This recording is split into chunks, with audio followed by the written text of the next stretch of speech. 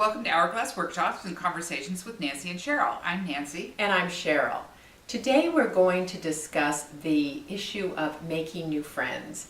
And the way this came about is, one, you've been talking with your clients, and they've got issues. And I've noticed that over the last few years, people have moved out of the area, and I've not lost friends, but let's just say they're not geographically, desirable anymore. Yeah, they're not in your everyday life. Right, they're not in my everyday life, and so with rare exception, that has diminished quite a bit from where it was several years ago. And in a women's group the other day, we were having this conversation where either you retire and you move out of the area and you've got to start over, or you stay in the area, which is my case, and you're kind of starting over with new friends, and the friends that you've had have transitioned in various forms. You don't have anything in common with them or whatnot. And what's been your experience? Well, I've had a few friends die. Well, you have too. They really moved on, so they're definitely not in our circle anymore. I haven't had my number of friends diminish so much. My friends have changed over the years. Yes. But I do hear from my patients often that they just feel like they don't have any friends. And it's like, well, what I used to say to my daughter when she was in junior high school, and this was such a big darn deal, is you've got to be a friend to have a friend. That means you can't wait for somebody to be your friend. You need to take the initiative, take the first step, and say, let's meet for coffee, let's go to lunch, let's go see a movie, whatever it is. You've got to be a little careful about that, though. You sure don't want to do it in a Starbucks line. Right there. It's a bit creepy. But you never know. You might just connect with somebody. Well, that's true. That's true. And I think that as we do go about our daily life, whether it's groups that you're in a more casual setting, if you're volunteering for a group. I've made a couple of friends through a volunteer group that I was dealing with.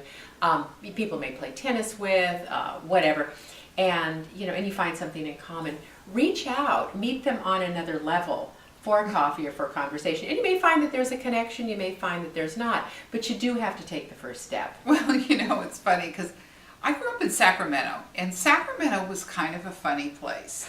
You would know people, but if you'd see them in the store, you'd purposely look the other way rather than walk up to them and be friendly. And I see this all the time, even when I go back to Sacramento now. You see somebody that's like, ooh, I got to turn around and head the other way. Is that somebody you don't want to be friends with, or you just don't want to have a conversation? I don't know what it is. You don't want to look in your shopping basket. I don't know. But people sometimes are really weird about being friendly. And I was out walking yesterday through Los Gatos, and everybody here is so friendly. Everybody talks to everybody. Well, but that may be true, but being friendly doesn't necessarily mean you're establishing a new friendship. I think true. Familiarity. That's true. Let's say you do go to a coffee shop on a regular basis, or strike up a conversation, and invite people to get together. But there's ways of taking the people that you know in your life as acquaintances up to the next level.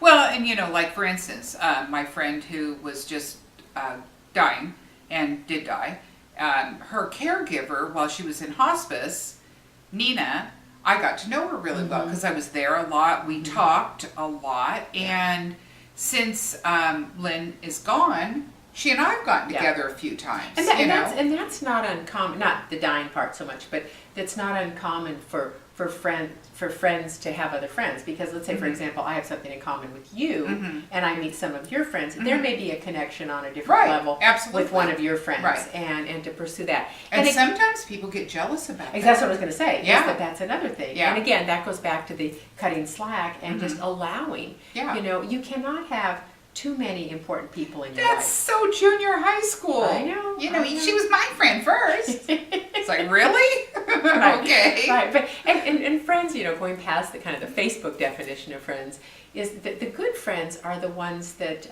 they're your first call. You're out. Who's going to bail you out of jail? And who's the person you're going to call right after you call 911? And that's a real short list, and hopefully. And when you die, who's going to come to your house and throw away all of your want journals? Oh yeah. Gail already knows what Yeah, those I know. are. It's like, Exactly. wow, that's good. Yeah. Perhaps I should tell you too where they are. So anyway, so try making some new friends if that's something that's important to you. But take the initiative, reach out, and do something new to step up the game a little bit. Yeah. So until next time, check us out on hourglassworkshops.com. And until next time, I'm Cheryl. And I'm Nancy. Bye now. Bye.